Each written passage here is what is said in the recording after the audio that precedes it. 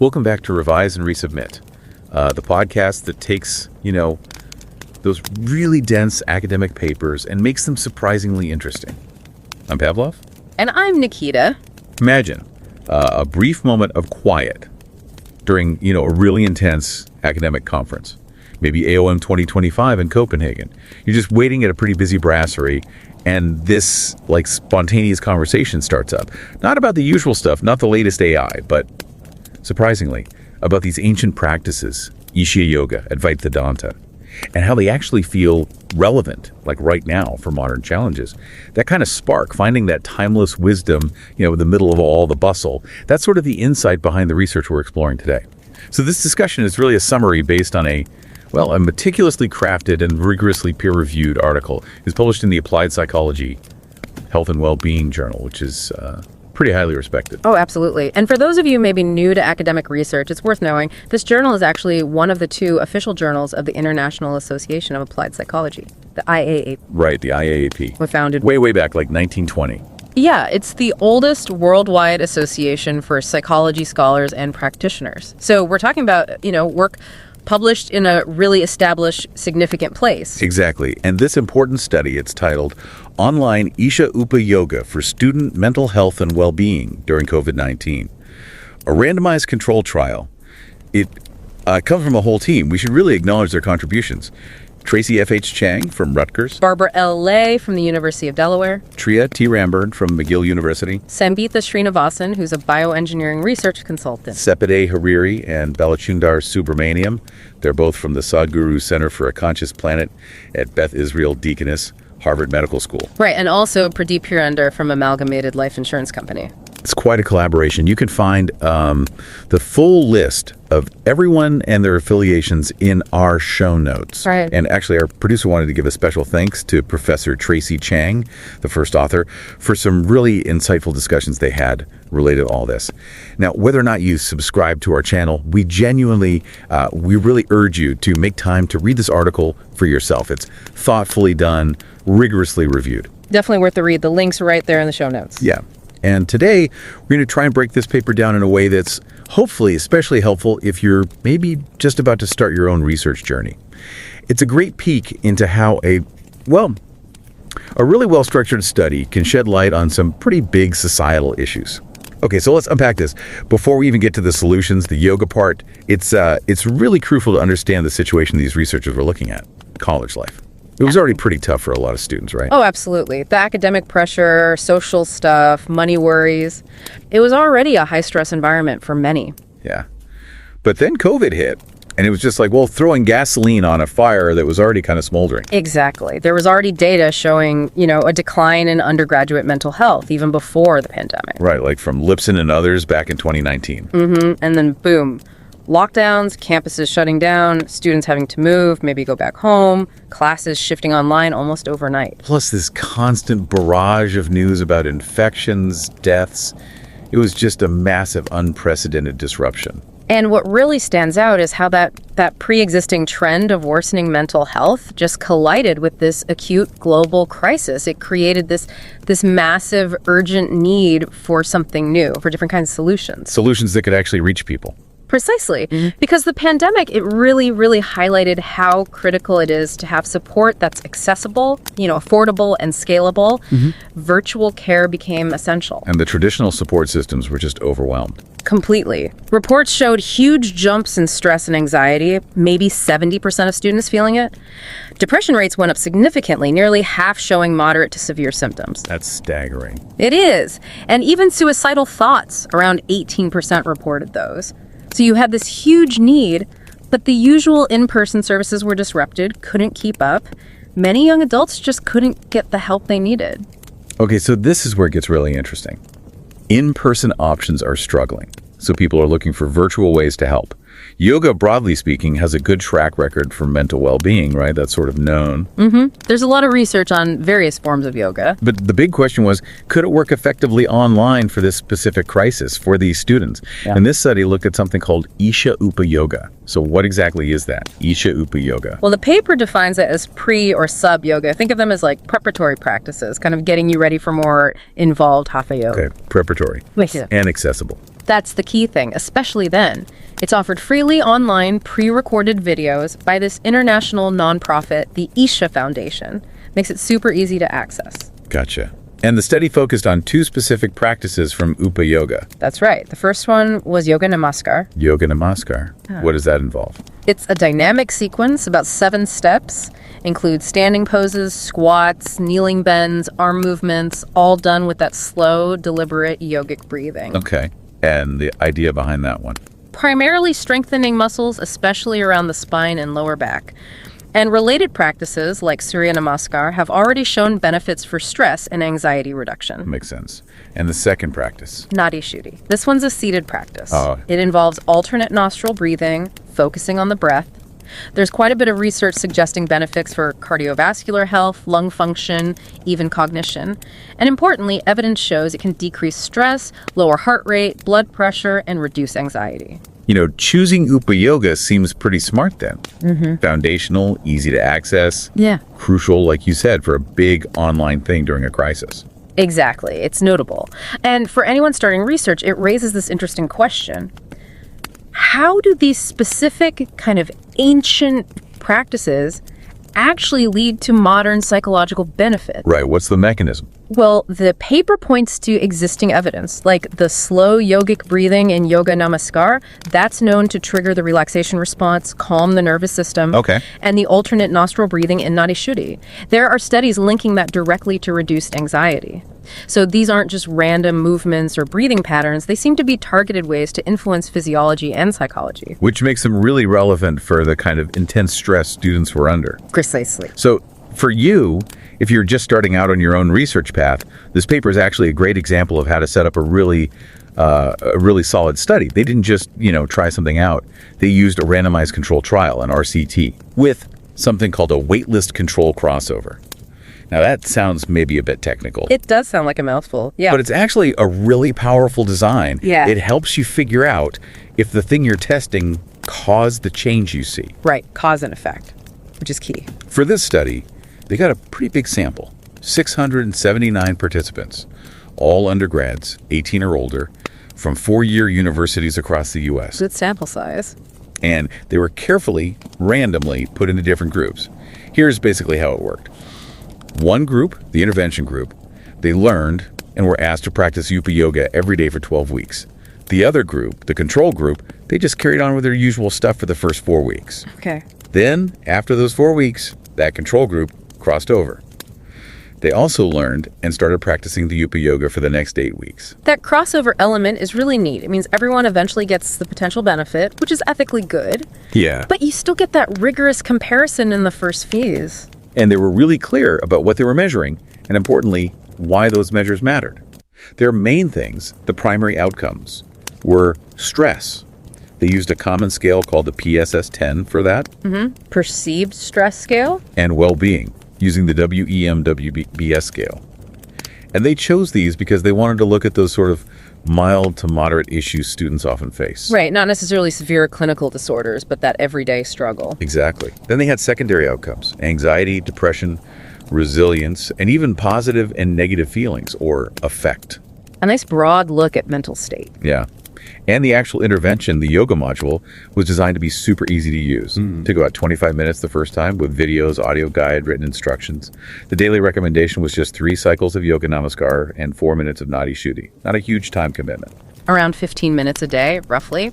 And for a new researcher, really understanding this method, especially that waitlist control crossover, is so valuable. It lets you do an as-assigned analysis, basically looking at results based on the group people were put in, even if they didn't practice perfectly. And it also gives you this built-in replication. You see the effect again when the control group starts the yoga. It's just a really elegant way to do rigorous science while also being fair to participants. And RCTs are generally considered the best way to show causality, right? Yeah. Not just that 2 things happen together. Exactly. They're the gold standard for intervention studies. And the researchers here also used solid statistical methods, collecting data with REDCap, analyzing with linear mixed effects models. Which helps handle, like, missing data and stuff. Yeah, exactly. It makes the analysis more robust, especially in real-world studies where things aren't always perfect. Okay, now for the really exciting bit, the findings. What did they actually discover? The results, they definitely offer some aha moments. They really show the impact these simple practices can have. Yeah, let's get into it. So looking at that initial 4-week RCT period, stress, it was significantly reduced in the group doing the yoga compared to the control group. Significantly reduced. And when we say significant in research, like that p-value of 0.009 they reported, it means there's a really, really low chance, less than 1%, that this difference happened just by random luck. Gotcha. So it's likely a real effect. And was it a big effect? They reported a moderate effect size, Cohen's d of 0.27, which for this kind of behavioral intervention is actually quite meaningful. It shows a real tangible impact. Okay, that's stress. What about well-being? Similar story, but an increase. Significantly increased well-being in the yoga group. Nice. And interestingly, it looked like the yoga first had a protective effect, preventing the decline in well-being seen in the control group in the first 2 weeks, and then it started enhancing well-being in the next 2 weeks. Oh, interesting. So like a buffer first, then a boost. Seems like it. And they also found depression scores decreased in the yoga group after just 2 weeks. Wow, 2 weeks. Yeah. And for positive effect, those good feelings, the yoga group maintained theirs, while the control groups actually went down slightly during that period. Just again, kind of protective during that tough pandemic time. Exactly. It really suggests a buffering effect against the challenges everyone was facing. What's really fascinating here is, well, a couple things. First, how quickly some of these positive changes showed up. Yeah, like the depression in 2 weeks. Right. And second, the evidence that these benefits weren't just fleeting, they seemed to build and last. It wasn't just a temporary mood boost, it suggests a more fundamental shift in coping or overall mental state. And the crossover part confirmed this. Absolutely. When the control group finally started the yoga after 4 weeks, guess what? They saw significant reductions in stress and increases in well-being, just like the first group did. Okay, that really strengthens the case that it was the yoga making the difference. It provides much stronger evidence, yeah.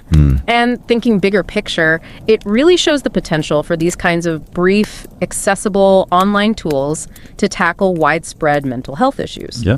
And there's more. They looked at adherence like, did it matter how often people practiced? The per protocol analysis. Exactly. And yes, it mattered. Those who practiced more consistently 3 or more days a week was the cutoff they used. They actually showed even stronger effect. Oh, really? Yep. Bigger reductions in stress, bigger increases in well-being. The effect sizes were a bit larger, like DB 0.38 and 0.40, and stronger effects on depression and positive affect, too. So consistency really pays off. It underlines the power of regular practice, even if it's short.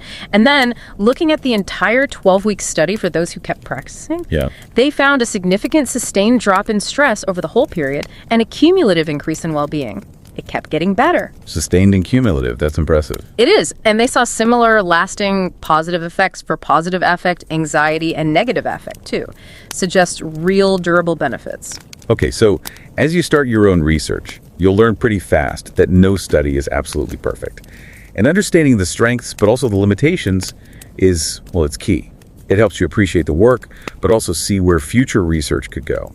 And this paper is actually really good and transparent about both sides. Which is a sign of good research, being upfront about limitations. Definitely. So on the strength side, like we said, it was a really rigorous design, that RCT crossover. Gives the findings a lot of weight. Big plus. They had that large national sample of college students, 679 of them. Makes it pretty relevant. And importantly, they looked at a whole range of outcomes, including the positive stuff, like well-being and in positive affect, not just focusing on reducing the negative. Yeah, that's a great aspect, focusing on thriving, not just surviving. Right. And the intervention itself, the UP Yoga. Yeah. Super practical. Brief, simple, free, virtual, asynchronous. I mean, perfect for scaling up during a crisis. High practical characteristics. And they even noted that the well-being effects showed up within just 2 weeks. Practicing maybe 15 minutes a day, just 3 times a week. That's faster than a lot of other interventions. That's a really compelling point, the speed and low dose required for initial effects. Okay, but like you said, limitations. Understanding these isn't about knocking the study, it's about learning and refining. It fuels critical thinking, helps shape what comes next. Right, so what were some limitations here? Well, one was the control group. It was a passive weightless control. They didn't compare the yoga to an active alternative. Meaning, like, they didn't compare it to maybe doing some other kind of relaxation or even just light exercise. Exactly. So future studies could do that.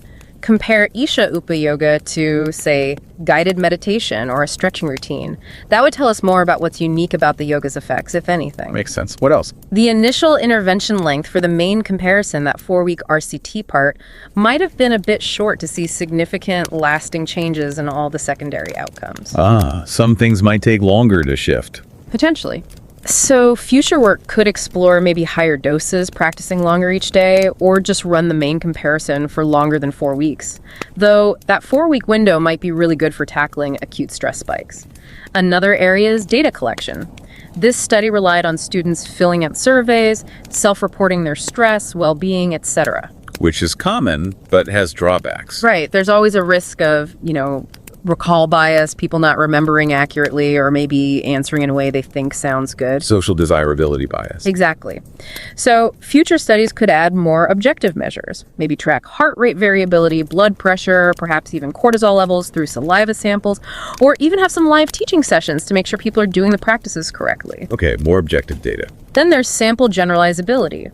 While the sample was large, it wasn't perfectly representative of all U.S. undergrads. It had more women, more Asian students, more students from the coasts, more science majors.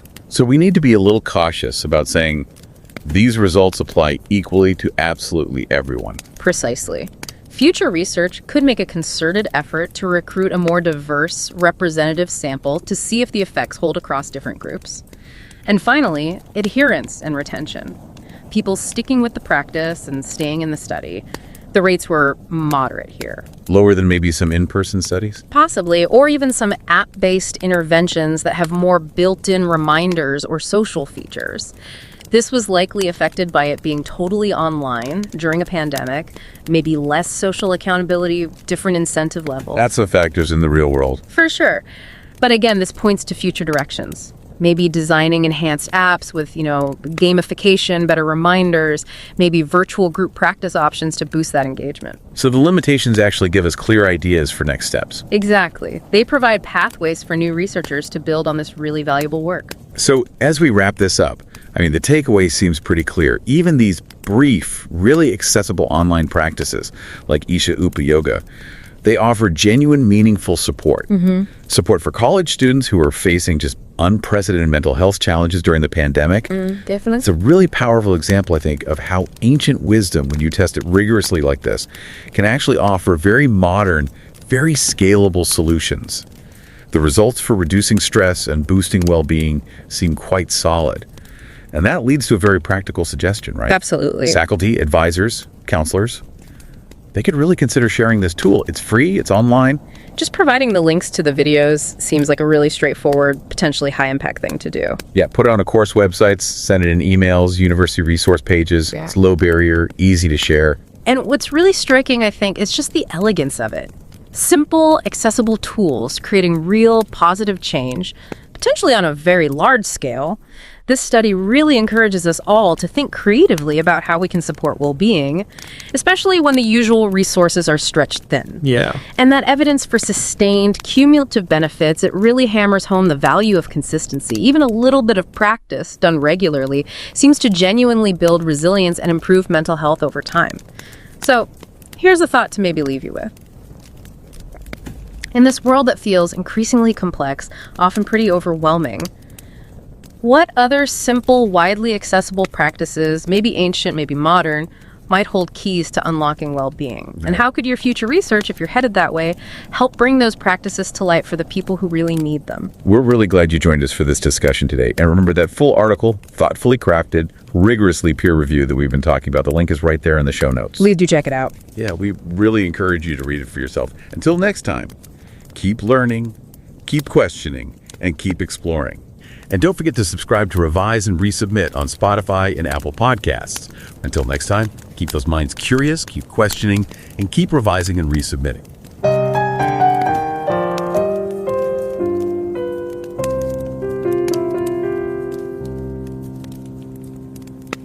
Revise and রিসাবমিটে স্বাগতম। আমি Pavlov. আর আমি নিকিতা। মনে করুন 2020 সালের সেই সময়টার কথা, যখন কোভিড মহামারী হঠাৎ করে পুরো পৃথিবীকে যেন থামিয়ে দিল। বিশেষ করে কলেজ ছাত্রছাত্রীদের জীবনযাত্রা তো আমূল বদলে গেল। হ্যাঁ, মানে ক্যাম্পাস বন্ধ, ক্লাস হচ্ছে অনলাইনে, ঠিক। আর চারদিকে শুধু অসুস্থতা আর অনিশ্চয়তার ভাবা যায় সেই পরিস্থিতি। একদম। মানসিক চাপ, উদ্বেগ তো আকাশ ছুঁয়েছিল সবার। পরিসংখ্যানও তো ভয় ধরানোর মতো। প্রায় 70% ছাত্রছাত্রী বলছিল তাদের মানসিক চাপ বেড়েছে। আর প্রায় অর্ধেক মানে 48% মাঝারি থেকে গুরুতর ডিপ্রেশনে ভুগছিল। এমনকি 18% মনে আত্মহত্যার চিন্তাও এসেছিল। ভাবা যায়। ভয়ঙ্কর। আর সেই সময়ে সাহায্য পাওয়ার সহজলভ্য ব্যবস্থাও খুব কম ছিল। ঠিক। আজ আমরা এই কঠিন পরিস্থিতির মোকাবেলায় মানে একটা আশার আলো দেখানো গবেষণা নিয়ে কথা বলবো। আমাদের এই আলোচনাটা কিন্তু একটা আর্টিকেলের উপর ভিত্তি করে তৈরি। বেশ নামি journal applied psychology health and ওয়েলবিংয়ে প্রকাশিত। ও হ্যাঁ, এটা তো international association of applied psychology মানে আইএএপির একটা অফিসিয়াল জার্নাল। একদম। আর এই আইএএপি কিন্তু খুব পুরনো একটা সংস্থা, 1920 সালে তৈরি। মনোবিজ্ঞানের গবেষক আর প্র্যাকটিশনারদের অন্যতম প্রাচীন বিশ্বব্যাপী সংগঠন। দারুণ। আচ্ছা, এই গুরুত্বপূর্ণ গবেষণাপত্রটির লেখকদের পরিচয়টা একটু দিয়ে নিই। বিভিন্ন স্বনামধন্য প্রতিষ্ঠানের একদল বিশেষজ্ঞ। Tracy F.H. Chang, Rutgers University থেকে। Barbara Elle, Delaware University. Tria T Rambarn, McGill University থেকে। সঙ্গীতা শ্রীনিবাসন, উনি ক্যালিফোর্নিয়াতে bio engineering research consultant. Sepideh Hariri, Sadhguru Center for a Conscious Planet আর হার্ভার্ড মেডিকেল ইউনিভার্সিটির সাথে যুক্ত। আচ্ছা। প্রদীপ পুরান্দারে নিউ ইয়র্কের অ্যামালগ্যামেটেড লাইফ ইন্স্যুরেন্স কোম্পানিতে কর্মরত। এবং বালচন্দ্র সুব্রমণ্যম, তিনিও সাদগুরু সেন্টার আর হার্ভার্ড মেডিকেল স্কুলের সাথে যুক্ত। বেশ বড় একটা টিম। হ্যাঁ, বেশ কয়েকজন অভিজ্ঞ গবেষক। এখানে আমাদের প্রযোজক একটা ছোট্ট ব্যক্তিগত কৃতজ্ঞতা জানাতে অনুরোধ করেছেন। ওহ, বলুন। এই গবেষণাপত্রের প্রথম লেখক অধ্যাপক ট্রেসি চ্যাংকে তিনি আন্তরিক ধন্যবাদ জানাতে চান। সম্প্রতি কোপেনহেগেনে একটা কনফারেন্সে AOM 2025 ওদের দেখা হয়েছিল। একটা রেস্তোরাঁয় অপেক্ষার সময় ঈশা যোগ, অদ্বৈত বেদান্ত, এমনকি গুগল জেমিনাই আর চ্যাট জিপিটি নিয়েও বেশ মজার আলোচনা হয়েছিল। বাহ, বেশ ইন্টারেস্টিং। তো সেই মূল্যবান আলোচনার জন্য প্রযোজক বিশেষভাবে কৃতজ্ঞ। আর আমাদের শ্রোতাদের কাছেও একটা অনুরোধ রাখছি, চ্যানেল সাবস্ক্রাইব করা বা না করাটা বড় কথা নয়, কিন্তু সময় পেলে অনুগ্রহ করে এই অত্যন্ত যত্ন করে লেখা আর কঠোরভাবে পিয়ার রিভিউ হওয়া আর্টিকেলটা পড়বেন। লিঙ্কটা শো নোটসে দেওয়া আছে। হ্যাঁ, অবশ্যই পড়া উচিত, বিশেষ করে যারা এই বিষয়ে আগ্রহী। ঠিক। আজকের আলোচনাটা আমরা সাজিয়েছি মূলত সেই সব শ্রোতাদের কথা ভেবে যারা একাডেমিক গবেষণার জগতে নতুন বা হয়তো নিজেদের গবেষণা শুরু করতে চলেছেন। খুব ভালো উদ্যোগ। আমরা চেষ্টা করব এই গবেষণাপত্রটার খুঁটিনাটি মানে এর পদ্ধতি, ফলাফল, তাৎপর্য এগুলো যতটা সম্ভব সহজ করে বলতে। হ্যাঁ, প্রেক্ষাপটটা বোঝা খুব জরুরি। দেখুন, এই যে ছাত্রছাত্রীদের মানসিক স্বাস্থ্যের সমস্যা, এটা তো মহামারীর আগে থেকেই বাড়ছিল, তাই তো? হ্যাঁ, কিন্তু 2000-এর মহামারী এসে যেন আগুনে ঘি ঢালল। সমস্যাটা হঠাৎ করে অনেক বেড়ে গেল, আরও জটিল হয়ে উঠল। লকডাউন, সোশ্যাল ডিস্টেন্সিং, ক্যাম্পাস বন্ধ, এই সবের ফলে সামনাসামনি যে সাহায্যগুলো পাওয়া যেত, যেমন কাউন্সেলিং, সেগুলো পাওয়া খুব কঠিন হয়ে পড়ল। ঠিক। আর ঠিক তখনই দরকার পড়ল এমন সমাধানের যা সহজে পাওয়া যায়, খরচ কম আর অনেক লোকের কাছে পৌঁছানো যায়, মানে স্কেলেবল। আর সেখানে অনলাইন পদ্ধতির গুরুত্বটা সামনে এলো। একদম। আর সেই অনলাইন সমাধানের সূত্রেই এই গবেষণাটা ফোকাস করেছে ঈশা উপযোগের উপর। এই উপযোগ বিষয়টা কি একটু বলবেন? হ্যাঁ, অবশ্যই। উপযোগ শব্দটার মানে হলো যা কিনা মূল হঠযোগের প্রস্তুতির জন্য করা হয়, মানে একটু সহজ কিছু অনুশীলন। ও আচ্ছা। এই গবেষণাটাতে দুটো নির্দিষ্ট উপযোগাভ্যাস ব্যবহার করা হয়েছে। একটা হলো যোগ নমস্কার আর অন্যটা নারী শুদ্ধি। এগুলো ঈশা ফাউন্ডেশন, একটা আন্তর্জাতিক অলাভজনক সংস্থা, তাদের ওয়েবসাইটে বা অ্যাপে বিনামূল্যে অনলাইন ভিডিওর মাধ্যমে শেখায়। তাই এগুলো বেশ সহজলভ্য। এই যোগ নমস্কার আর নারী শুদ্ধি এগুলো ঠিক কেমন অভ্যাস, মানে কি করতে হয় এগুলোতে? আচ্ছা, যোগ নমস্কার হলো 7টা ধাপের একটা সিকোয়েন্স, মানে পরপর করতে হয়। এতে দাঁড়ানো, বসা, হাঁটু গেড়ে, সামনে ঝুঁকা, কিছু হাতের ব্যায়াম এইসব আছে। এর মূল কাজ হলো শিরদাঁড়া আর কোমরের নিচের মাসেলগুলোকে শক্তিশালী করা, আর পুরোটার সাথেই থাকে ধীর গভীর যৌগিক শ্বাস প্রশ্বাসের একটা সমন্বয়। শ্বাসের ওপর জোর দেওয়া হয়। হ্যাঁ, শরীর আর শ্বাসের মেলবন্ধন। আগের কিছু স্টাডিতে দেখা গেছে এই ধরনের ডাইনামিক যোগা, যেমন সূর্য নমস্কার, এগুলো স্ট্রেস আর অ্যাংজাইটি কমাতে পারে। আর ধীর শ্বাস প্রশ্বাস তো শরীর মন শান্ত করার জানিত কৌশল। আচ্ছা, আর দ্বিতীয়টা নারী শুদ্ধি। নারী শুদ্ধি বসে করার অভ্যাস, এটা এক ধরনের অল্টারনেট নস্ট্রেল ব্রিদিং, মানে এক নাক দিয়ে শ্বাস নেওয়া, অন্য নাক দিয়ে ছাড়া, একটা নির্দিষ্ট পদ্ধতিতে করতে হয়। এটা তো শুনেছি বেশ প্রচলিত। হ্যাঁ, আর পুরো সময়টা শ্বাসের ওপর মন দিতে হয়। আগের অনেক গবেষণায় দেখা গেছে এই অল্টারনেট নস্ট্রেল ব্রিদিংয়ের কার্ডিওভ্যাসকুলার, মানে হার্টের ওপর, ফুসফুসের ওপর, এমনকি আমাদের চিন্তাভাবনার ক্ষমতার ওপরও ভালো প্রভাব আছে। আর অ্যাংজাইটি কমাতেও এটা সাহায্য করতে পারে। একটা স্টাডিতে ফার্স্ট ইয়ারের মেডিকেল স্টুডেন্টদের ওপর করে দেখা গেছিল, যারা 12 সপ্তাহ রোজ 15 মিনিট নারী শুদ্ধি করেছিল, তাদের স্ট্রেস কমেছিল, হার্ট রেট, ব্লাড প্রেশারও নিয়ন্ত্রণে এসেছিল। বাহ! তার মানে এই দুটো অভ্যাস, যোগ নমস্কার আর নারী শুদ্ধি, বৈজ্ঞানিকভাবেই এদের কার্যকারিতার সম্ভাবনা আছে। ঠিক। তাহলে এই নির্দিষ্ট গবেষণাটার মূল প্রশ্নটা কি ছিল? মানে গবেষকরা ঠিক কি দেখতে চেয়েছিলেন? হাইপোথেসিস কি ছিল? খুব ভালো প্রশ্ন। মূল লক্ষ্য ছিল এটাই দেখা যে মহামারীর ওই কঠিন সময়ে কলেজ পড়ুয়াদের মানসিক স্বাস্থ্য আর ভালো থাকার অনুভূতির উপর এই অনলাইন উপযোগ রুটিনের কোনো প্রভাব পড়ে কিনা, মানে মাপা যায় এমন প্রভাব।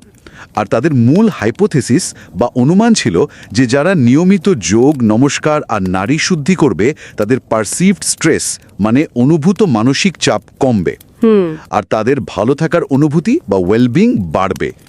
এর সাথেই তারা আরও ভেবেছিলেন যে এটা পজিটিভ অনুভূতি বাড়াবে, রেজিলিয়েন্স বা মনের জোর বাড়াবে, আর নেগেটিভগুলো কমাবে, যেমন উদ্বেগ, বিষণ্ণতা। একদম নেতিবাচক অনুভূতি, উদ্বেগ আর ডিপ্রেশনের লক্ষণগুলো কমাবে। এটাই ছিল তাদের মূল অনুমান। বেশ পরিষ্কার। আচ্ছা, এই অনুমানগুলো পরীক্ষা করার জন্য তারা কি ধরনের গবেষণা পদ্ধতি ব্যবহার করেছিলেন? এটা কিন্তু নতুন গবেষকদের জন্য খুব জরুরি একটা বিষয়। ঠিক বলেছেন, পদ্ধতিটা বোঝা খুব দরকার। এটা কিন্তু খুব ভালো একটা ডিজাইন। তারা ব্যবহার করেছিলেন র্যান্ডমাইজড কন্ট্রোল ট্রায়াল, মানে RCT, আর সাথে ছিল wait list control crossover design. একটু সহজ করে বলি। হ্যাঁ, বলুন। RCT মানে হলো অংশগ্রহণকারীদের র্যান্ডমলি, মানে কম্পিউটারের সাহায্যে দৈব চয়নের মাধ্যমে অন্তত দুটো দলে ভাগ করা হয়। এখানেও তাই করা হয়েছিল। একটা দলকে বলা হলো ইন্টারভেনশন গ্রুপ। তারা গবেষণা শুরু থেকেই প্রথম 4 সপ্তাহ অনলাইন ভিডিও দেখে যোগাভ্যাস শেখে আর প্র্যাকটিস করে। আর অন্য দলটা হলো কন্ট্রোল গ্রুপ বা নিয়ন্ত্রক দল। তারা প্রথম 4 সপ্তাহ কোনো যোগাভ্যাস করেনি, স্বাভাবিক জীবনযাপন করেছে। এদের ওয়েট লিস্ট বলা হচ্ছে, কারণ তারা যোগা শেখার জন্য অপেক্ষায় ছিল। ও, তাই ওয়েট লিস্ট কন্ট্রোল। হ্যাঁ, এবার আসি ক্রসওভার অংশে। 4 সপ্তাহ পর কন্ট্রোল গ্রুপের লোকেরাও ওই একই অনলাইন যোগাভ্যাস শেখার সুযোগ পায় আর শুরু করে। একেই বলে ক্রসওভার। তার মানে কেউ বাদ গেল না, সবাই সুযোগটা পেল। একদম।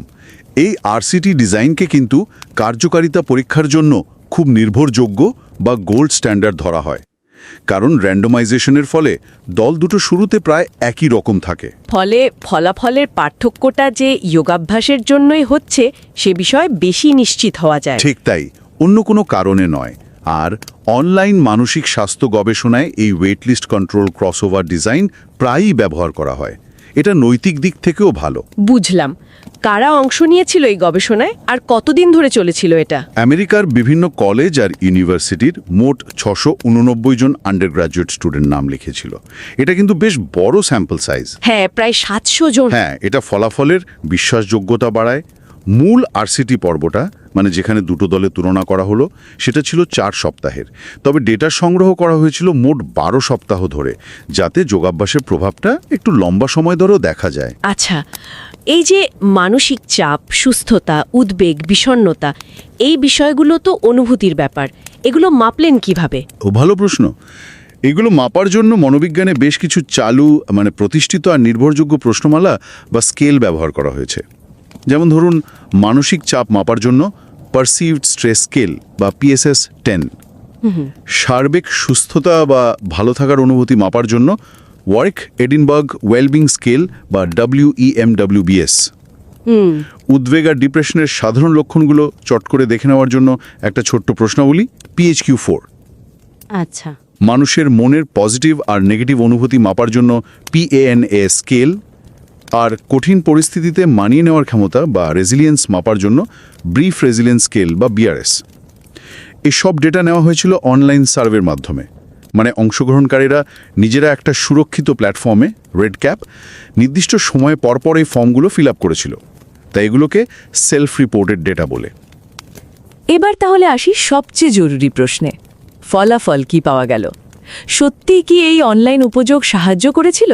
হ্যাঁ, ফলাফল কিন্তু বেশ পজিটিভ ছিল, মানে পরিসংখ্যানগতভাবে তাৎপর্যপূর্ণ বা সিগনিফিক্যান্ট। মূল 4 সপ্তাহের RCT পর্বের শেষে যখন ইন্টারভেনশন গ্রুপ যারা যোগা করেছিল আর কন্ট্রোল গ্রুপ যারা করেনি তুলনা করা হলো, তখন দেখা গেল কি দেখা গেল? যারা যোগাভ্যাস করেছিল তাদের অনুভূত মানসিক চাপ বেশ খানিকটা কমে গেছে। এর p-ভ্যালু ছিল 0.009, p=0.009। এই p-ভ্যালু মানে কি, সহজ করে যদি বলেন। আচ্ছা, p-ভ্যালু হলো আসলে একটা সম্ভাবনার মাপ। p=0.009 মানে হলো যদি যোগার আসলেই কোনো প্রভাব না থাকতো তাহলে এই রকম ফল পাওয়ার চান্স 1000-এ মাত্র 9 বার বা তারও কম।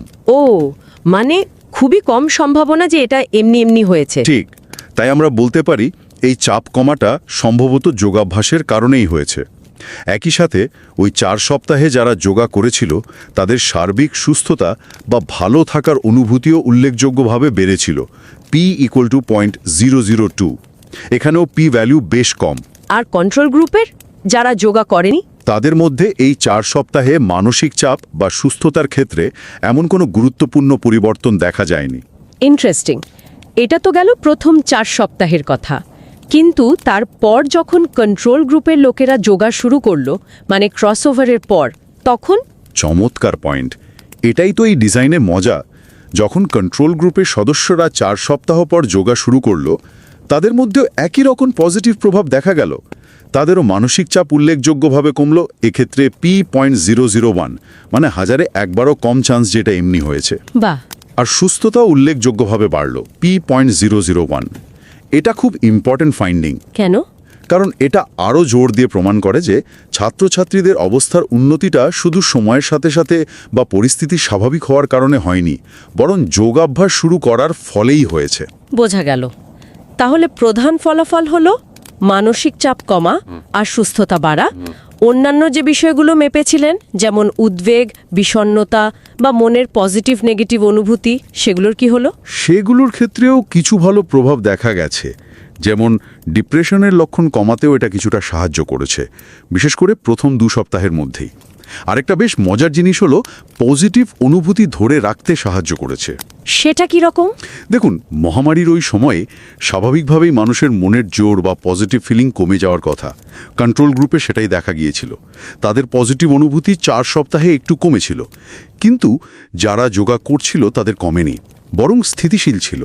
এটা কিন্তু ওই কঠিন সময় একটা বড় ব্যাপার।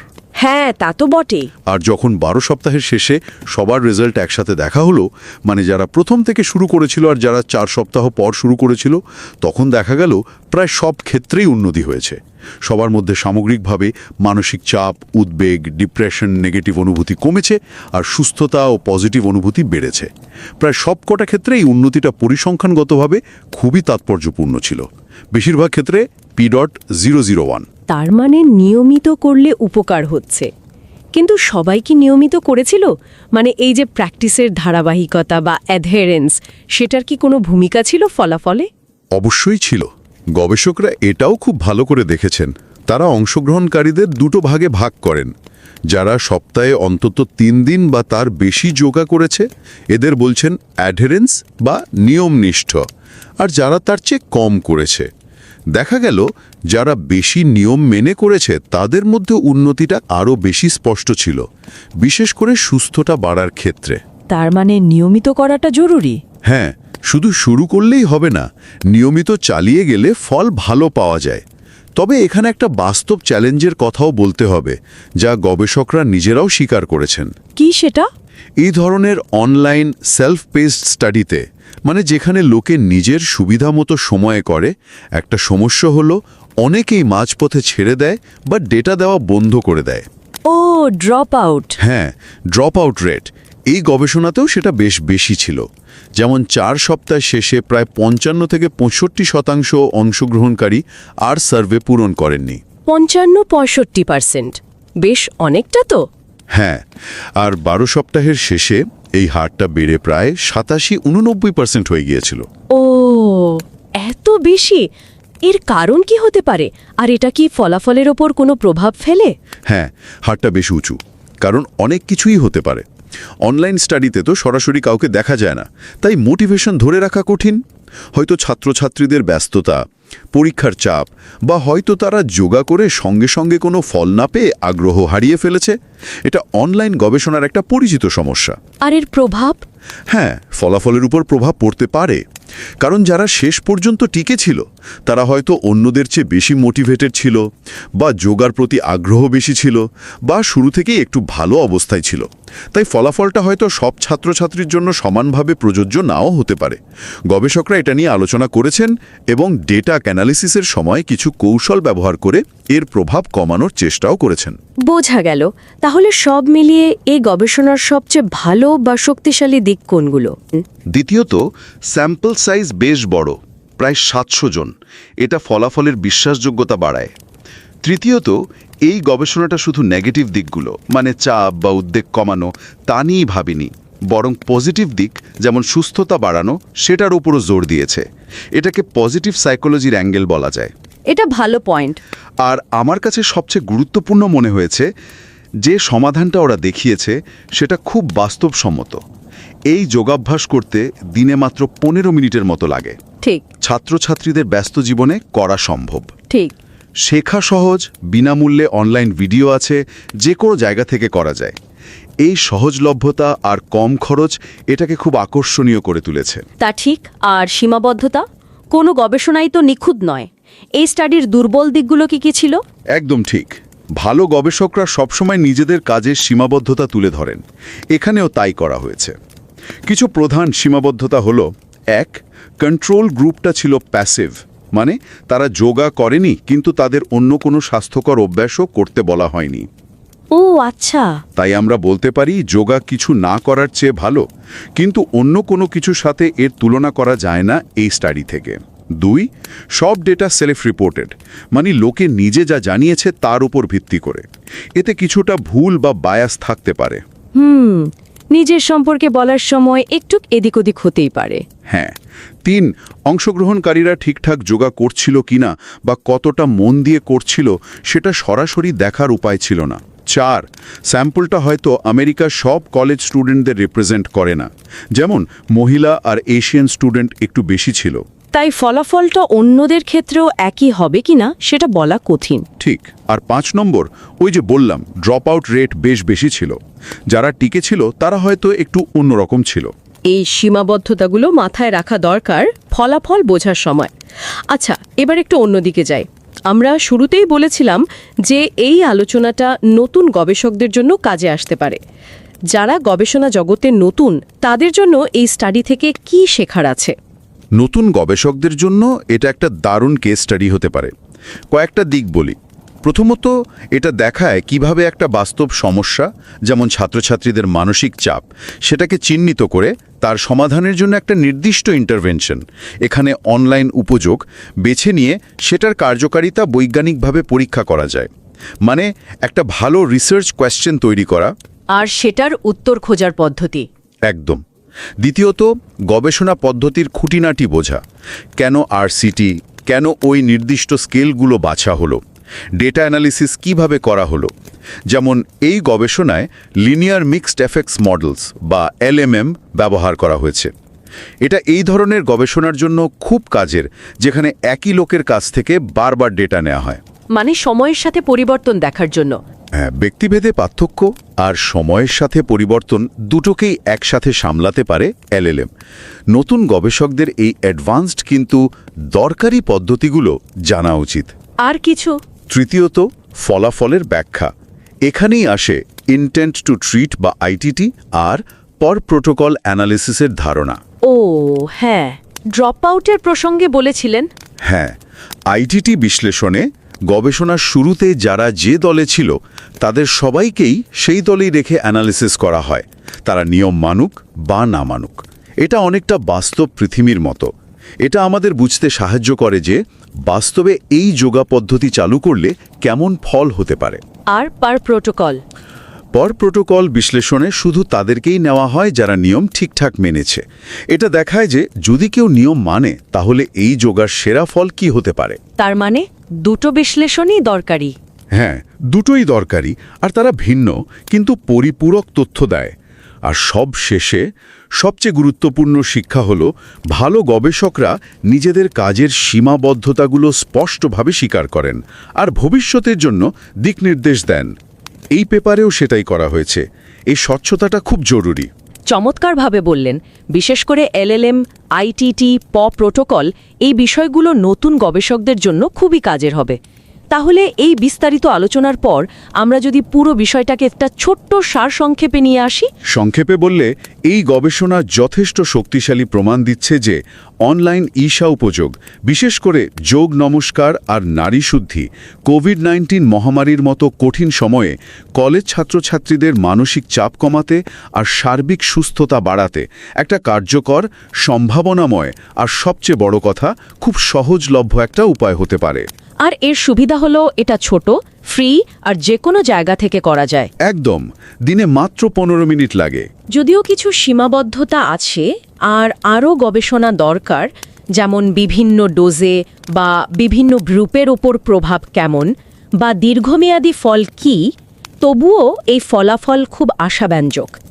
তাই আমরা আবারও শ্রোতাদের অনুরোধ করব, যদি আগ্রহ হয় মূল আর্টিকেলটা অবশ্যই পড়বেন।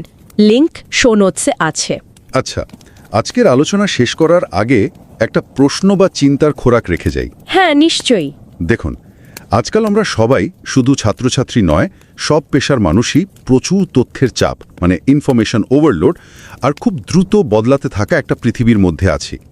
এই অবস্থায় নিজেদের মানসিক সুস্থতা বজায় রাখাটা কিন্তু একটা বিরাট চ্যালেঞ্জ। তা তো বটেই। তো এই পরিস্থিতিতে মানসিক স্বাস্থ্যের সাপোর্টের জন্য এই ধরনের সহজলভ্য, স্কেলেবল আর টেকনোলজি বেসড সমাধান, যেমন অনলাইন যোগা, মেডিটেশন অ্যাপ, এগুলোর ভবিষ্যৎ সম্ভাবনা ঠিক কতটা, বিশেষ করে যখন প্রথাগত মানসিক স্বাস্থ্য পরিষেবা পাওয়া এখনও অনেকের জন্যই কঠিন বা খরচের ব্যাপার। খুব প্রাসঙ্গিক প্রশ্ন। এই ডিজিটাল টুলসগুলো কি আমাদের রোজকার সুস্থ থাকার কৌশলের একটা অপরিহার্য অংশ হয়ে উঠতে পারে?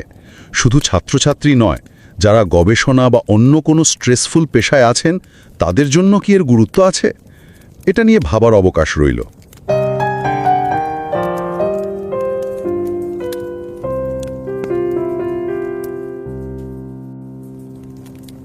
नमस्कार। रिवाइज एंड रीसबमिट में आपका स्वागत है। मैं हूं पावलोव और मैं हूं निकिता। कल्पना कीजिए 2020 का वो दौर, दुनिया जैसे थमसी गई थी। एक कॉलेज छात्र है, अपने कमरे में जैसे कैद सा हो गया है। ऑनलाइन क्लास चल रही है, एक अनिश्चित सा शेड्यूल है और भविष्य को लेकर तनाव। सब कुछ डिजिटल, तो सहारा भी डिजिटली खोजना था। और ऐसे में उसे इंटरनेट पर एक छोटा सा मुफ्त ऑनलाइन योग अभ्यास मिलता है। अब सवाल ये है कि क्या कुछ मिनटों का ये ऑनलाइन अभ्यास अकेले कमरे में किया गया सच में कोई बदलाव ला सकता है? आज हम जिस अध्ययन पर चर्चा कर रहे हैं वो इसी नाजुक सवाल की गहराई में उतरता है। और ये जो चर्चा है ये आधारित है एक वास्तविक अहम लेख पर जो प्रकाशित हुआ था प्रतिष्ठित applied psychology health and wellbeing journal में। और ये जानना भी दिलचस्प है कि ये journal international association of applied psychology यानी IAP के 2 आधिकारिक जर्नल्स में से एक है। IAP की स्थापना तो 1920 में हुई थी, मतलब मनोविज्ञान के विद्वानों और प्रैक्टिशनर्स का ये सबसे पुराना विश्वव्यापी संघ है। तो इसकी एक गहरी विरासत है, विश्वसनीयता है। इस महत्वपूर्ण शोध के पीछे कई प्रतिभाशाली विद्वानों का एक साझा प्रयास है। लेखक हैं रटगर्स यूनिवर्सिटी से ट्रेसी F.H. चैंग, डेलावेयर विश्वविद्यालय से बारबरा L. ले, मैकगिल विश्वविद्यालय से Tria T. Rambarn, bio engineering research consultant Sangeeta Srinivasan, Sadhguru Center for a Conscious Planet, Beth Israel Deaconess Medical Center और हार्वर्ड मेडिकल यूनिवर्सिटी से Sepideh Hariri, Amalgamated Life Insurance Company से प्रदीप पुरंदरे और Sadhguru Center for a Conscious Planet, Beth Israel Deaconess Medical Center और Harvard Medical School से बालचंदर सुब्रमण्यम। वाकई एक समर्पित team का काम है ये। और यहाँ एक थोड़ी व्यक्तिगत सी बात साझा करना चाहेंगे। हमारे जो निर्माता हैं वो इस लेख की पहली लेखिका प्रोफेसर ट्रेसी चैंग का खास तौर पर धन्यवाद करना चाहते हैं। हुआ यूं कि हाल ही में एकेडमी ऑफ मैनेजमेंट की वार्षिक बैठक थी AOM 2025 कोपेनहेगन में। तो वहाँ एसी होटल बेला स्काई के मार्था ब्रैसरी रेस्तरां में कुछ पल इंतजार करते हुए प्रोफेसर चैंग के साथ ईशा योग पर, अद्वैत वेदांत पर और यहाँ तक के मजे मजे में गूगल जेमिनी और चैट जीपीटी की हल्की फुल्की तुलना पर भी एक बहुत ही सहज और ज्ञानवर्धक चर्चा हुई। ये वो अनौपचारिक पल होते हैं ना, जो याद दिलाते हैं कि कैसे अकादमिक दुनिया की गंभीरता के बीच भी एक मानवीय जुड़ाव और विचारों का खुला आदान प्रदान कितनी खूबसूरती से होता है। और आप सभी सुनने वालों से एक विनम्र आग्रह है, चाहे आप इस चैनल को सब्सक्राइब करें या ना करें, प्लीज इस गहन विचार और कठोर समीक्षा प्रक्रिया से गुजरे लेख को पढ़ने के लिए जरा समय जरूर निकालें। हमने इसका लिंक शो नोट्स में दे दिया है। ज्ञान का एक महत्वपूर्ण स्रोत है ये। चलिए अब इस अध्ययन की परतों को धीरे धीरे खोलते हैं और इसे समझने की कोशिश करते हैं, खासकर उन लोगों के नजरिए से जो शायद अकेडमिक शोध की दुनिया में एकदम नए हैं और अपनी रिसर्च यात्रा शायद शुरू ही करने वाले हैं। हम देखेंगे कि ये अध्ययन कैसे रचा गया, क्या पाया गया और इसके क्या मायने हो सकते हैं। जब कोविड-19 महामारी ने दस्तक दी, कॉलेज छात्रों के जीवन में एक बहुत बड़ी उथल पुथल लेकर आया। मतलब सब कुछ हिल गया था, लॉकडाउन लग गए, कैंपस बंद हो गए, पढ़ाई अचानक से पूरी तरह ऑनलाइन हो गई और चारों तरफ से संक्रमण और दुखद मौतों की खबरें। इन सब का छात्रों के मन पर बहुत गहरा असर पड़ा। बिल्कुल, और ये समझना भी जरूरी है कि ऐसा नहीं था कि महामारी से पहले सब कुछ बढ़िया था। हाँ, वहीं आ रही थी मैं। कुछ पहले की शोध हैं, जैसे लिप्सन और साथियों का 2019 का, टर्नर का 2013 का, वो बताते हैं कि छात्रों का मानसिक स्वास्थ्य पहले से ही एक चिंता का विषय था। हाँ। लेकिन महामारी ने इस स्थिति को कई गुना ज्यादा गंभीर बना दिया। कई अध्ययनों ने यही पाया, जैसे एरिस्टोविनिक एटॉल, केकोजेविच एटॉल के 2020 के अध्ययन कि छात्रों में तनाव, उदासी, सुस्ती और चिंता जैसी भावनाएं बहुत आम हो गई थीं। उनकी मानसिक सेहत गिरी, नींद की क्वालिटी खराब हुई, पढ़ाई में ध्यान लगाने की क्षमता कम हुई, यहाँ तक कि अपने साथियों से जुड़ाव महसूस करने में भी भारी गिरावट देखी गई। और आंकड़े तो वाकई बहुत चिंताजनक थे। बिल्कुल। कुछ अध्ययनों के अनुसार, जैसे सोन एटॉल, वोंग एटॉल के, लगभग 70% छात्रों ने कहा कि उनका तनाव और चिंता बढ़ गई है। करीब 48% छात्रों में मध्यम से गंभीर डिप्रेशन के लक्षण पाए गए। 48%? हाँ। और दुख की बात है कि 18% छात्रों में आत्महत्या के विचार भी आए। और इस मुश्किल समय में सबसे बड़ी चुनौती ये थी कि जो पारंपरिक तरीके थी मदद के, मतलब व्यक्तिगत रूप से जाकर मेंटल हेल्थ सपोर्ट लेना, वो सोशल डिस्टेंसिंग और बाकी प्रतिबंधों के कारण लगभग बंद हो गया था। हाँ, वो मुमकिन ही नहीं रहा था। हाँ, तो ऐसे हालात में असरदार, सुरक्षित और आसानी से मिलने वाले ऑनलाइन समाधानों की एक तत्काल और गंभीर जरूरत महसूस हुई। बिल्कुल सही कहा। और यहीं पर योग एक संभावित समाधान के तौर पर सामने आया। देखिए, महामारी से पहले भी कई अध्ययन ये दिखा चुके थे कि जब व्यक्तिगत रूप से योग अभ्यास किया जाता है, जिसमें आसन है, प्राणायाम यानी सांस की तकनीकें हैं, ध्यान है, तो वो वयस्कों के मानसिक स्वास्थ्य और मनोवैज्ञानिक कल्याण में सुधार ला सकता है। और खासकर कॉलेज छात्रों के लिए भी कुछ अध्ययन पहले से मौजूद थे। जैसे एक स्काई कैंपस हैप्पीनेस प्रोग्राम था जिस पर सेपेला और साथियों ने अध्ययन किया था, और अष्टांग विन्यास योग पर एल्स्टैड और साथियों का अध्ययन था। इन सब ने डिप्रेशन और तनाव को कम करने और मानसिक स्वास्थ्य को बेहतर बनाने में अच्छे परिणाम दिखाए थे। हाँ, मैंने भी सुना है इनके बारे में। यहाँ तक कि काम जैसे डिजिटल मेडिटेशन ऐप भी तनाव कम करने में मददगार पाए गए थे। अच्छा। हालांकि जब हम खास तौर पर महामारी के उस मुश्किल दौर की बात करते हैं, तो उस समय तक जो ऑनलाइन योग अध्ययन उपलब्ध थे, उनमें कुछ कमियां थी। जैसे कुछ अध्ययनों में भाग लेने वाले छात्रों की संख्या बहुत कम थी, जिसे हम छोटा सैंपल साइज कहते हैं। कुछ अध्ययनों में रैंडमाइज्ड कंट्रोल ग्रुप नहीं था, मतलब कोई ऐसा तुलना करने वाला समूह नहीं था जिसे योग न दिया गया हो। तो ये पक्के तौर पर कहना मुश्किल था कि सुधार सिर्फ योग से ही हुआ या किसी और वजह से। अच्छा, ये जरूरी होता है। हाँ, बहुत जरूरी। और एक और महत्वपूर्ण बात यह थी कि ज्यादातर अध्ययन केवल नकारात्मक चीजों पर ध्यान दे रहे थे, जैसे तनाव या डिप्रेशन को कम करना। वो सकारात्मक पहलुओं को मापने पर उतना जोर नहीं दे रहे थे, जैसे वेलबींग यानी अच्छा महसूस करने की अवस्था, या सकारात्मक भावनाओं को कैसे बढ़ाया जाए। ये अच्छा पॉइंट है। सिर्फ प्रॉब्लम सॉल्विंग नहीं बल्कि पॉजिटिविटी बढ़ाना भी। एग्जैक्टली। इसलिए एक ऐसे हस्तक्षेप मतलब इंटरवेंशन की तलाश थी जो न केवल असरदार हो बल्कि साथ ही साथ सुलभ हो, आसानी से मिल सके, सस्ता हो या मुफ्त हो, बड़े पैमाने पर लागू किया जा सके, मतलब स्केलेबल हो, और जो सिर्फ समस्याओं को कम करने पर ही नहीं बल्कि मानसिक स्वास्थ्य के सकारात्मक पहलुओं जैसे वेलबींग को बढ़ाने पर भी ध्यान केंद्रित करे। और इसी गंभीर जरूरत को समझते हुए शोधकर्ताओं ने ऑनलाइन ईशा उपयोग को अपने अध्ययन के लिए चुना। उपयोग, इसका संस्कृत में मतलब होता है प्रारंभिक या सहायक योग।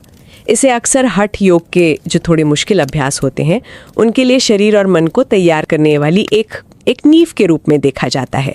ये अध्ययन खास तौर पर ईशा फाउंडेशन के 2 उपयोग अभ्यासों पर केंद्रित था जो उन्होंने मुफ्त में ऑनलाइन उपलब्ध कराए थे। अच्छा, कौन से थे वो? पहला है योग नमस्कार। ये 7 स्टेप्स का एक सरल सा क्रम है जिसमें खड़े होना, बैठना, घुटनों पर झुकना और हाथों की कुछ खास क्रियाएं शामिल हैं। इसका मुख्य मकसद है रीढ़ की हड्डी और पीठ के निचले हिस्से की मांसपेशियों को धीरे धीरे मजबूत करना, और इसे धीमी लयबद्ध यौगिक सांस के साथ किया जाता है। दिलचस्प बात यह है कि इससे मिलता जुलता एक और अभ्यास है सूर्य नमस्कार, और शोध में उसे भी तनाव कम करने में मददगार पाया गया है।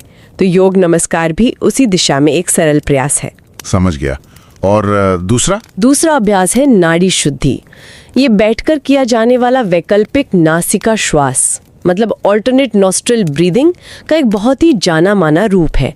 इसमें बारी बारी से एक नाक से सांस लेना और दूसरी से छोड़ना होता है। हाँ, ये तो काफी लोग करते हैं। हाँ, और पहले के कई अध्ययनों ने इसके संभावित लाभों की ओर इशारा भी किया है, जैसे हृदय, फेफड़ों और यहाँ तक कि सोचने समझने की क्षमता पर सकारात्मक प्रभाव। अच्छा। एक दिलचस्प अध्ययन में पाया गया कि जब मेडिकल छात्रों ने 12 हफ्तों तक रोजाना सिर्फ 15 मिनट नाड़ी शुद्धि की तो उनके तनाव के स्तर, हार्ट रेट और ब्लड प्रेशर में कमी आई।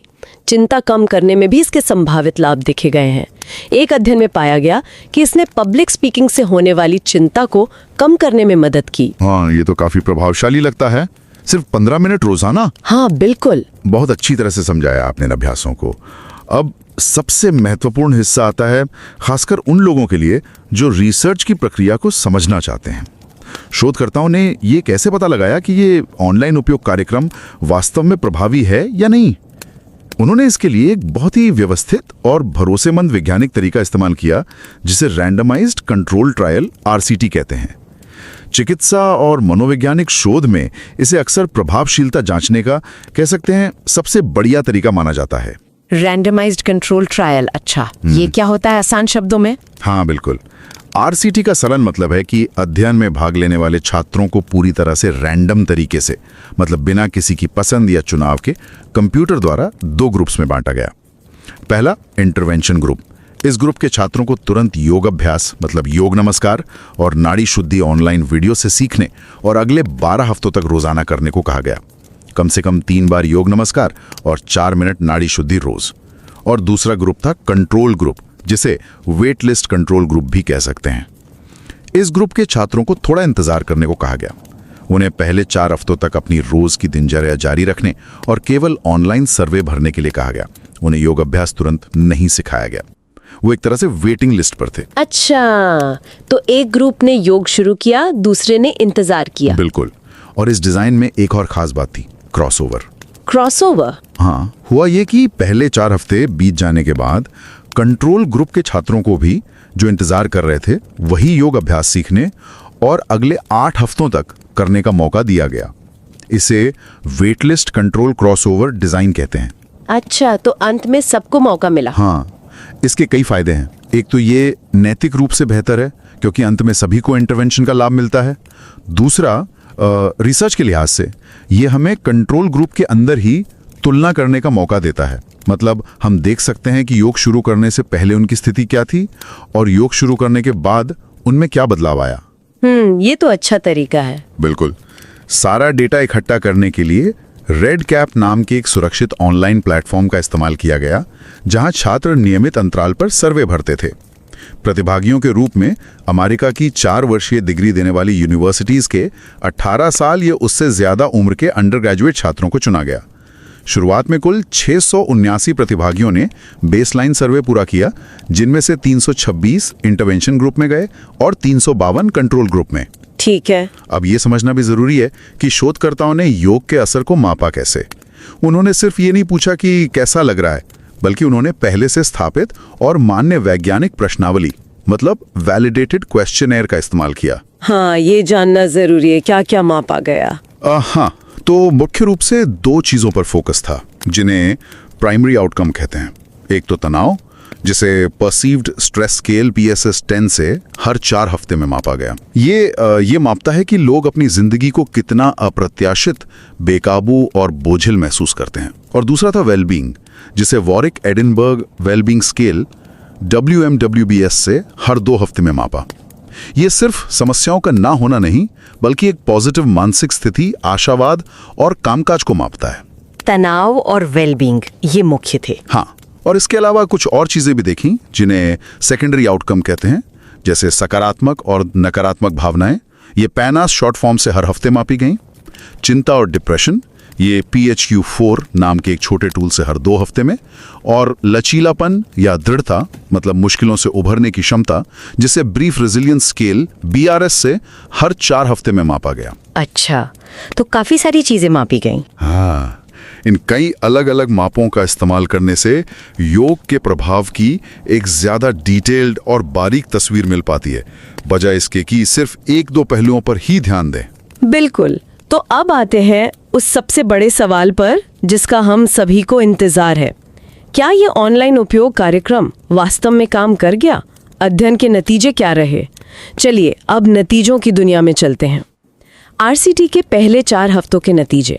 सबसे पहले देखते हैं उन शुरुआती 4 हफ्तों को, जब इंटरवेंशन ग्रुप योग कर रहा था और कंट्रोल ग्रुप इंतजार। शोधकर्ताओं ने यहाँ ITT यानी इंटेंट टू ट्रीट विश्लेषण का इस्तेमाल किया। मतलब नतीजों का विश्लेषण इस आधार पर किया गया कि प्रतिभागियों को किस ग्रुप में रखा गया था, चाहे उन्होंने असल में कितना भी अभ्यास किया हो या ना किया हो। ये एक स्टैंडर्ड तरीका है। हाँ, ताकि बायस ना हो। बिल्कुल। तो तनाव पर क्या असर हुआ? नतीजे साफ थे। इंटरवेंशन ग्रुप जिन्होंने योग सीखा, उनमें तनाव सांख्यिकीय रूप से काफी कम हुआ। यहाँ p-वैल्यू 0.009 था, जो बताता है कि ये कमी संयोग से होने की संभावना बहुत कम है।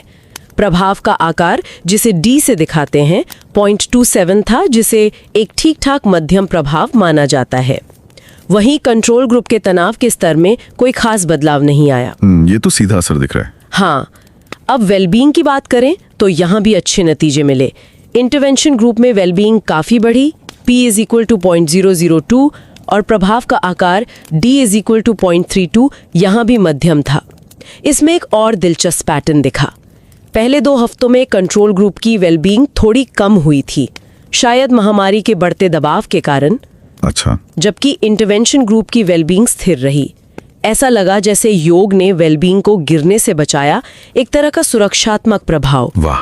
फिर 2 से 4 हफ्तों के बीच इंटरवेंशन ग्रुप की वेलबींग बढ़ी भी, यानी एक बढ़ाने वाला प्रभाव भी दिखा। मतलब बचाव भी और बढ़ोतरी भी। एग्जैक्टली। कुछ और बातें भी सामने आईं। डिप्रेशन के लक्षणों में पहले 2 हफ्तों में ही इंटरवेंशन ग्रुप में थोड़ी कमी देखी गई। सकारात्मक भावनाओं में जो गिरावट कंट्रोल ग्रुप में समय के साथ देखी गई, उसे योग ने 4 हफ्तों में रोका। ये भी एक तरह का सुरक्षात्मक प्रभाव था। हालांकि ये भी सच है कि चिंता, नकारात्मक भावनाओं और लचीलेपन पर पहले 4 हफ्तों में कोई सांख्यिकीय रूप से महत्वपूर्ण तत्काल प्रभाव नहीं दिखा। हो सकता है उसके लिए ज्यादा समय चाहिए हो। हाँ, हो सकता है। अब कंट्रोल क्रॉसओवर के नतीजे। याद है 4 हफ्तों के बाद कंट्रोल ग्रुप ने भी योग शुरू कर दिया था। हाँ। जब उन्होंने योग का अभ्यास शुरू किया हफ्ते 4 से 8 तक, तो उनके परिणामों ने पहले ग्रुप के नतीजों की पुष्टि की। उनके तनाव में भी काफी कमी आई और वेलबींग में बढ़ोतरी हुई, दोनों के लिए p.001। ये इस बात का और पुख्ता सबूत था कि देखा गया बदलाव वास्तव में योग अभ्यास से ही जुड़ा था। अच्छा, ये क्रॉस वेरीफाई हो गया? बिल्कुल। और पालन का महत्व, शोधकर्ताओं ने ये भी देखा कि क्या नियमित रूप से अभ्यास करने से ज्यादा फायदा होता है। उन्होंने पाया कि जिन लोगों ने हफ्ते में 3 या उससे ज्यादा दिन अभ्यास किया, जिन्हें अधेरेंस कहा गया, उनमें परिणाम और भी ज्यादा स्पष्ट थे, खासकर वेलबींग के मामले में। उनका प्रभाव आकार D = 0.40 उन लोगों से थोड़ा बेहतर था जिन्होंने कम अभ्यास किया।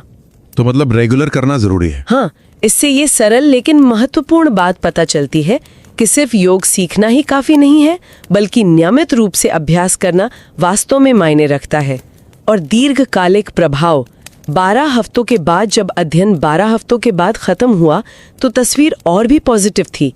तब तक दोनों ग्रुप्स ने, यानी जिन्होंने शुरू से योग किया था और जिन्होंने 4 हफ्ते बाद शुरू किया था, तनाव, वेलबींग, चिंता, डिप्रेशन, सकारात्मक और नकारात्मक भावनाओं में काफी अहम सुधार दर्ज किया। ज्यादातर नतीजों के लिए P.001 था। वाह, 12 हफ्तों में भी? हाँ, और जो लोग नियमित रूप से अभ्यास कर रहे थे उनमें ये लाभ समय के साथ बना भी रहा और कुछ मामलों में बढ़ता हुआ भी दिखा। इसे शोधकर्ता सस्टेन्ड यानी बना रहने वाला और क्यूमुलेटिव यानी संचयी या बढ़ता हुआ लाभ कहते हैं। ये परिणाम वास्तव में काफी आशाजनक हैं, खासकर उस मुश्किल दौर को देखते हुए जिसमें यह अध्ययन किया गया था। यह अध्ययन इसलिए महत्वपूर्ण हो जाता है क्योंकि एक बड़े सैंपल साइज और एक मजबूत RCT डिजाइन का इस्तेमाल करके दिखाता है कि एक संक्षिप्त, मतलब कम समय लेने वाला, रोज लगभग 15 मिनट मुफ्त और पूरी तरह से ऑनलाइन योग कार्यक्रम जैसे कि ईशा उपयोग, महामारी जैसे बेहद तनावपूर्ण समय में भी कॉलेज छात्रों के तनाव को कम करने और उनकी वेलबींग को बढ़ाने में असरदार हो सकता है। इस अध्ययन की खूबियों या ताकतों को देखें तो वे साफ हैं। ये कार्यक्रम छोटा है, सरल है, मुफ्त में ऑनलाइन उपलब्ध है, मतलब कोई आर्थिक बोझ नहीं। इसे कहीं से भी कभी भी किया जा सकता है। ये स्केलेबल है, यानी इसे आसानी से बहुत बड़ी संख्या में छात्रों तक पहुंचाया जा सकता है क्योंकि ये रिकॉर्डेड है, लोग अपनी सुविधानुसार कर सकते हैं। इसे एसिंक्रोनस डिलीवरी कहते हैं। और ये सिर्फ समस्याओं को कम करने पर ही ध्यान नहीं देता, बल्कि पॉजिटिव मानसिक स्वास्थ्य यानी वेलबींग को बढ़ाने पर भी जोर देता है। ये सब तो बहुत अच्छी बातें हैं, लेकिन क्या इसमें कुछ सीमाओं या लिमिटेशंस भी थी? हाँ, बिल्कुल। जैसा कि किसी भी अच्छे वैज्ञानिक शोध के साथ होता है, हमें इसकी सीमाओं को भी समझना और स्वीकार करना चाहिए। ये सीमाएं हमें बताती हैं कि नतीजों की व्याख्या करते समय हमें कहाँ थोड़ी सावधानी बरतनी चाहिए और भविष्य के शोध के लिए क्या संभावनाएं हो सकती हैं। ये समझना खासकर उन लोगों के लिए जरूरी है जो खुद शोध करना सीख रहे हैं। बताइए जरा। पहली बात, पैसिव कंट्रोल ग्रुप। जैसा मैंने पहले बताया, कंट्रोल ग्रुप केवल वेट लिस्ट पर था। उनकी तुलना किसी और एक्टिविटी जैसे सामान्य फिजिकल एक्सरसाइज का कोई ऑनलाइन प्रोग्राम या सिर्फ हेल्थ एजुकेशन सेशन से नहीं की गई। इसलिए हम ये पक्के तौर पर नहीं कह सकते कि लाभ खास तौर पर योग के कारण थे या किसी भी नई पॉजिटिव और स्ट्रक्चर्ड एक्टिविटी में शामिल होने से मिले होंगे। अच्छा, मतलब शायद कोई भी एक्टिविटी फायदा करती। हाँ, ये एक संभावना है जिसे रूल आउट नहीं किया गया। दूसरी सीमा, RCT अवधि। RCT वाला हिस्सा, जहां 2 ग्रुप्स की सीधी तुलना हुई, केवल 4 हफ्तों का था। हो सकता है ये अवधि कुछ सेकेंडरी नतीजों जैसे चिंता या लचीलेपन में बड़ा बदलाव देखने के लिए काफी ना हो सकता है इनके लिए ज्यादा समय या ज्यादा अभ्यास की जरूरत हो। तीसरी बात, सेल्फ रिपोर्ट डेटा। सारे नतीजे छात्रों द्वारा ऑनलाइन सर्वे में खुद बताए गए अनुभवों पर आधारित थे। इसमें रिकॉल बायस हो सकता है, मतलब लोग अपने पिछले हफ्तों के अनुभव को ठीक से याद न रख पाएं या न बताएं। साथ ही कोई शारीरिक माप शामिल नहीं थे, जैसे तनाव हार्मोन कोर्टिसोल का लेवल या हार्ट रेट वेरिएबिलिटी, जो तनाव और वेलबींग के फिजिकल संकेत दे सकते हैं। ओके। चौथी, अभ्यास की शुद्धता। क्योंकि निर्देश केवल ऑनलाइन वीडियो से दिए गए थे, ये पक्का करना मुश्किल था कि सभी छात्र अभ्यास को ठीक उसी तरह कर रहे थे जैसा बताया गया था। कोई पर्सनल गाइडेंस नहीं था। हाँ, ये ऑनलाइन में मुश्किल होता है। बिल्कुल। पांचवी, सैंपल की बनावट। अध्ययन में भाग लेने वाले ज्यादातर प्रतिभागी महिलाएं थीं, एशियाई मूल की थी और साइंस या उससे जुड़े क्षेत्रों की छात्राएं थीं। यह अमेरिका के सभी कॉलेज छात्रों की विविधता का पूरी तरह से प्रतिनिधित्व नहीं करता। इससे नतीजों की जनरलाइजेबिलिटी, मतलब क्या ये सब पर लागू होता है, वो सीमित हो सकती है। ये भी अहम है। छठी, उच्च ड्रॉप आउट दर। ऑनलाइन अध्ययनों में ये आम है कि लोग समय के साथ अध्ययन छोड़ देते हैं। इस अध्ययन में भी 12 हफ्तों के अंत तक लगभग 87 या 89% प्रतिभागियों ने सर्वे भरना बंद कर दिया था। इतना ज्यादा? हाँ, इसके कई कारण हो सकते हैं। शायद सर्वे लंबे थे, मोटिवेशन कम हो गया, या महामारी में उनकी जिंदगी में और प्राथमिकताएं आ गई। इतनी बड़ी ड्रॉप आउट दर नतीजों की व्याख्या को थोड़ा मुश्किल बना देती है। सही बात है। और आखिरी, प्रोत्साहन में भिन्नता। अध्ययन में बने रहने के लिए प्रतिभागियों को अलग अलग यूनिवर्सिटीज में अलग अलग तरह के इंसेंटिव मिले थे, जैसे कुछ कोर्स क्रेडिट या छोटे गिफ्ट कार्ड। ये अंतर उनके अभ्यास करने की रेगुलरिटी को प्रभावित कर सकता था। अच्छा, तो काफी सारी सीमाएं भी हैं। हाँ, लेकिन इन सीमाओं को जानना नतीजों को नकारना नहीं है, बल्कि उन्हें सही वैज्ञानिक नजरिए से देखना है। बिल्कुल। और जैसा मैंने कहा, ये सीमाएं ही भविष्य के शोध के लिए महत्वपूर्ण दिशाएं सुझाती हैं। भविष्य के अध्ययन इन कमियों को दूर करने की कोशिश कर सकते हैं। कैसे? जैसे वो लंबी RCT अवधि इस्तेमाल कर सकते हैं, 8 या 12 हफ्ते। एक एक्टिव कंट्रोल ग्रुप शामिल कर सकते हैं, जैसे एक ग्रुप जो समान समय के लिए कोई और वेलनेस एक्टिविटी करे। शारीरिक मापों को शामिल करना नतीजों को और पुख्ता कर सकता है। अभ्यास की शुद्धता के लिए शायद लाइव ऑनलाइन सेशन या ऐप बेस्ड फीडबैक का इस्तेमाल हो सकता है। सबसे जरूरी, भविष्य के अध्ययनों को ज्यादा विविध सैंपल लेने की कोशिश करनी चाहिए। अलग अलग लिंग, नस्ल, सामाजिक आर्थिक पृष्ठभूमि और शैक्षणिक विषयों के छात्र, ताकि नतीजे ज्यादा व्यापक रूप से लागू हो सकें। और ड्रॉप आउट दर को कम करने के लिए बेहतर रणनीतियों पर भी काम करने की जरूरत है, जैसे छोटे और ज्यादा आकर्षक सर्वे, ऐप रिमाइंडर, गेमिफिकेशन या सबके लिए एक जैसे और उचित प्रोत्साहन। तो आगे काफी काम किया जा सकता है इस पर। Exact. बिल्कुल। इन सीमाओं के बावजूद शोधकर्ताओं का यह सुझाव काफी व्यवहारिक लगता है कि कॉलेज और विश्वविद्यालय इस मुफ्त और आसानी से उपलब्ध ऑनलाइन टूल मतलब ईशा उपयोग को अपने छात्रों के साथ एक संभावित संसाधन के रूप में साझा करने पर विचार कर सकते हैं। खासकर परीक्षा के समय या दूसरे तनावपूर्ण दौर में ये कम समय में भी कुछ राहत देने की क्षमता रखता है, जैसा कि इस अध्ययन से पता चलता है। तो अगर हम आज की इस पूरी चर्चा को समेटें, तो हमने एक ऐसे अध्ययन को करीब से देखा जो ये दिखाता है कि कोविड-19 जैसी एक अभूतपूर्व वैश्विक चुनौती के बीच ईशा उपयोग का एक सरल, संक्षिप्त और मुफ्त ऑनलाइन कार्यक्रम कॉलेज के छात्रों के तनाव को कम करने और उनकी वेलबींग मतलब मानसिक और भावनात्मक रूप से अच्छा महसूस करने की समग्र स्थिति को बढ़ाने में आशाजनक साबित हुआ। केवल 4 हफ्तों के नियमित अभ्यास से ही अहम फायदे देखे गए और 12 हफ्तों के अंत तक चिंता और डिप्रेशन के लक्षणों में भी कमी आई। और अच्छी बात यह है कि ये फायदे सिर्फ थोड़े समय के लिए नहीं थे, बल्कि समय के साथ बने रहे और नियमित अभ्यास करने वालों में बढ़ते हुए भी दिखे। यह अध्ययन वास्तव में हमें एक गहरे और दिलचस्प सवाल पर सोचने के लिए प्रेरित करता है। कैसे हम प्राचीन ज्ञान और प्रथाओं जैसे कि योग की विभिन्न तकनीकें को आधुनिक तकनीक और डिजिटल प्लेटफॉर्म का उपयोग करके इस तरह से बदलें और सुलभ बनाएं कि वे आज की बड़ी मानसिक स्वास्थ्य चुनौतियों का सामना करने में बड़े पैमाने पर लाखों करोड़ों लोगों की मदद कर सकें। बहुत अच्छा सवाल है। और क्या ऐसी सरल, आसानी से उपलब्ध होने वाली तकनीकें जिन्हें हम अपनी भागदौड़ भरी और अक्सर तनावपूर्ण दिनचर्या में आसानी से शामिल कर सकते हैं, हमारी पूरी वेलबींग को बनाए रखने का एक स्थायी और महत्वपूर्ण हिस्सा बन सकती हैं? यह निश्चित रूप से विचार करने के लिए एक महत्वपूर्ण बिंदु है, सिर्फ छात्रों के लिए ही नहीं बल्कि हम सभी के लिए। बिल्कुल सही कहा, इस पे सोचना चाहिए। याद रखिएगा, इस अध्ययन का पूरा विवरण, जिसमें शोधकर्ताओं द्वारा इस्तेमाल की गई विधियां और डिटेल्ड नतीजे हैं, और साथ ही उन खास योग अभ्यासों, योग नमस्कार और नाड़ी शुद्धि के ऑनलाइन लिंक जिनका इस अध्ययन में इस्तेमाल हुआ था, वे सभी हमने आपकी सुविधा के लिए शो नोट्स में उपलब्ध करा दिए हैं। यदि कोई छात्र है या कोई भी व्यक्ति जो तनाव कम करने और अपनी वेलबींग को बेहतर बनाने के सरल, सुलभ तरीके खोज रहा है, तो ये जानकारी और ये अभ्यास उपयोगी हो सकते हैं। अगली बार तक अपना ध्यान रखें।